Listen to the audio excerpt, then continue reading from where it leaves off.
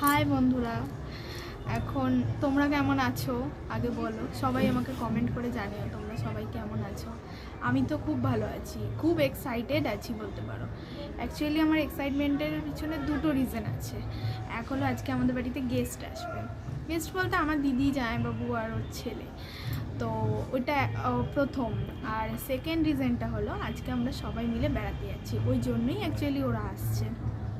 তো কোথায় বেড়াতে যাচ্ছি সেটা আমি তোমাদের পরে বলবো। তো আজ এখন খেয়ে দিয়ে ছাদে বসে আছি। তোমরা সবাই কে কী করছো আমাকে কমেন্ট করে বলো। কিন্তু আজকে সানডে, আজকে আমাদের অফিস নেই, ওই জন্য এই দিনটা একটু এরকমভাবেই কাটাই। তো বন্ধুরা, আমি তো এখন খেয়ে দিয়ে ছাদে চলে এসেছি, রোদ পোহাচ্ছি। তো এখনই এই টাইমটায় যেহেতু শীতটা এবার চলে যাবে, আবার সেই প্যাচপ্যাচে গরম আসবে। এখন তাই বেশিক্ষণ রোদ্দুরে থাকলেই আমাদের গরম লাগছে। তারপর আবার এখন এই আর 2 মাস এরপরেই শীত চলে যাবে পুরোপুরি। আবার সেই প্যাচপ্যাচে গরমের মধ্যে আমাদের সবাইকে কাটাতে হবে, সেটা খুবই কষ্টদায়ক। কিন্তু কিছু করার নেই, ঋতু পরিবর্তন তো হবেই। সময়ের সাথে সাথে ঋতু পরিবর্তন চলবেই, সেটাকে কেউ আটকাতে পারবে না। তো সব সুখ দুঃখ সব কিছু নিয়েই তো আমাদেরকে চলতে হবে, তাই না? তো আমার তো এই শীতকালটা খুব ভালো লাগে।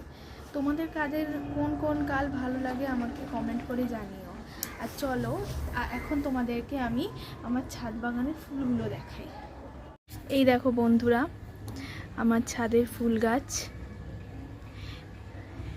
এইগুলো রিসেন্টের মধ্যেই লাগানো হয়েছে।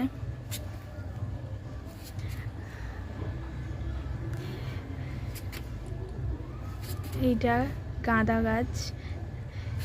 শীতকালে ছাদে গাঁদা ফুল হবে না বা গাঁদার গাছ থাকবে না, এটা তো কখনো হতেই পারে না, তাই না বলো? আমাদের খুব ছোট্ট ছাদ, কমই গাছ লাগানো যায়। তার মধ্যেও যেইটুকুনি গাছ লাগিয়েছি সেইগুলো তোমাদের সাথে শেয়ার করছি। এই দেখো বন্ধুরা, এটা হলো হলুদ চন্দ্রমল্লিকা, আর এটাও একটা গাঁদা।